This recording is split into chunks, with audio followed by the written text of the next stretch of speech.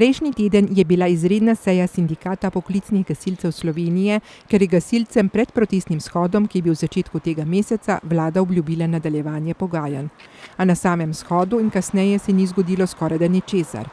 Gasilci pa ne stojijo več križem rok, za jutri napovedujejo tiskovno konferenco v Ljubljani, pa tudi stavko. Na tej izredni seji smo se pač dogovorili, da se bomo preimenovali v stavkovni odbor. In stavkovni odbor se je preimenoval, to se pravi vsi poklicni gasilci v Sloveniji, te javni zavodi, gasilske brigade, smo v stavkovnem odboru. Jutri imamo tiskovno konferenco v Ljubljano in tam bomo tudi povedali vse nadaljne aktivnosti in kakšne so naše nadaljne zahteve.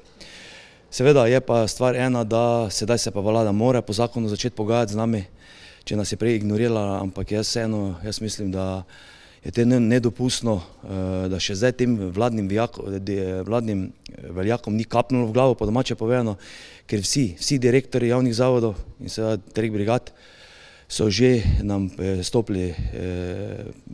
prisluhnili in stopili korak bliže in nas tudi podpirajo v teh aktivnostih. Poleg drugega pa tudi župani, mariborski župan, ljubljanski župan, župan Nove Gorice in župan Kranja. Njihove zahteve so usmerjene k istim ciljem kot pred protestnim shodom, predvsem odprava plačnih anomalij. To neke banalne zahteve, to je okoli 80 evrov po glavi, bi temu rekel. To je zelo malo proti tem, ker na javni upravi si kar dvigujejo plače, pa ne za en plačilni razred, celo za 5 ali tudi 10. Poleg tega pa, kot vam je znano, tudi v protokolu so se plače dvignile. Pač za ilustracijo povem, da v protokolu natakar specialist ali pa slaščičar specialist 28 oziroma 30 plačilni razred, to je štart. Naš gasilec specialist je pa 25 plačilni razred, to je kot da živimo na Luni. Nerešena vprašanja pa se že poznajo tudi v kolektivih. Vzdušje v izmeni oziroma v operativi je dokaj slabo, glih zaradi teh plačnih anomalij, kot so tudi jih sami imenovali. Porušilo nam je komplet hierarhija vodenja. Trenutno ima gasilec oziroma zaposleni, ki je na nižje oziroma manj odgovornem delovnem mestu, višjo plačo kot pa tisti, ki je na bolj odgovornem delovnem mestu. Kljub zaostrovanju pogajanj direktor in poveljnik gasilske brigade Maribor upata, da bodo vendarle uspeli. Jaz še vseeno verjamem, da bo do dogovora prišlo, da ne bo prišlo res do tega skrajnega ukrepa, kar bi imelo za posledico stavko v naši zgradbi, da rečem. Skratka, pogovori še zmeraj tečejo. Res je, da z bolj slabo udeležbo oziroma, bom rekel, nerazumevanjem vladne strani, ampak vseeno sem optimist, da bo do nekega dogovora vseeno prišlo.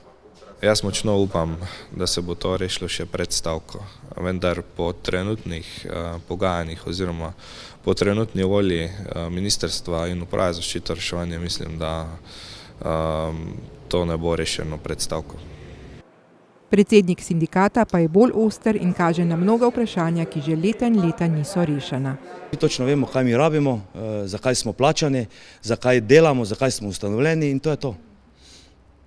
Kaj pa kolektivna pogodba za gasilce? Je že v pripravi? Se sploh govori o tem? Ja, gledajte, tudi zakon o gasilstvu ni razčiščen, tako bi mogel biti, je tudi v pripravi, tudi pri prostovoljnih gasilcih je zakon o gasilstvu spada in prostovoljni gasilci, kakor tudi poklicni gasilci. Ja, kolektivna pogodba je tak na polovički, se dogovarjamo že kar nekaj let in tako da je tudi en veliki problem. Ogrizek se zaveda tudi velike vloge prostovoljnih gasilcev, ki poklicnim vedno priskočijo na pomoč. Tudi prostovoljci niso več tisto, kar bi mogli biti. Jaz se pa sprašujem, kako dolgo še bo oni tudi lahko zastonj delali. Jaz pravim tak, tudi cestni pometači ali pa kaj zvem, bi lahko bili zastonj, ampak gleda, to se ne da, ni varianta, vsak pač neki dela neki svoj posel in zato mora biti pa primerno plačan. In tudi prostovoljci ne morajo delati za eno klobaso, vsaj tisto opremo bi jim pa država mogla povrniti za stroški in tako dalje. Očitno je, da je skrajni čas, da tako poklicni kot prostovoljni gasilci končno dobijo vsaj tisto, kar jim pripada. Po dolgih letih neurejenih statusov, neurejenih zakonov in kolektivnih pogodb je kar žalostno, da morajo junaki, ki pri vsaki intervenciji, na kateri rešujejo naša življenja in našo imovino, pogajanja z vlado zaostrovati z napovedano stavko. Jim bodo tokrat le prisluhnili?